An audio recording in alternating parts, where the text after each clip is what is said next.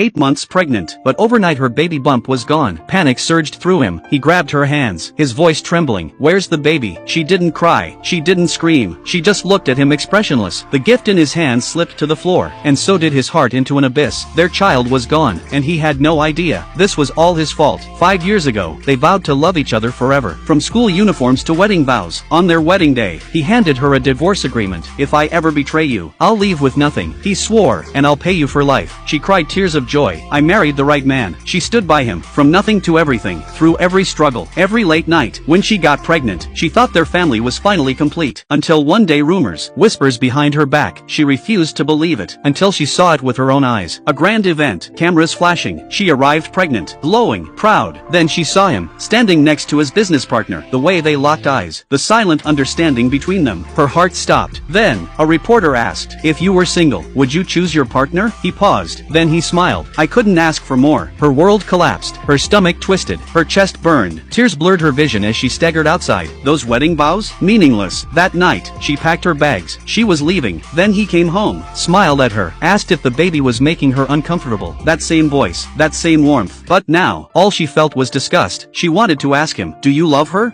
But then his phone rang. He declined the call. A flicker of panic flashed in his eyes. The room was silent. Yet she heard everything. "I'll see you at the airport." He left. She followed. A hotel. A restaurant. A table for two. She watched. They laughed. Clinked glasses. Then the woman asked, "What about your wife?"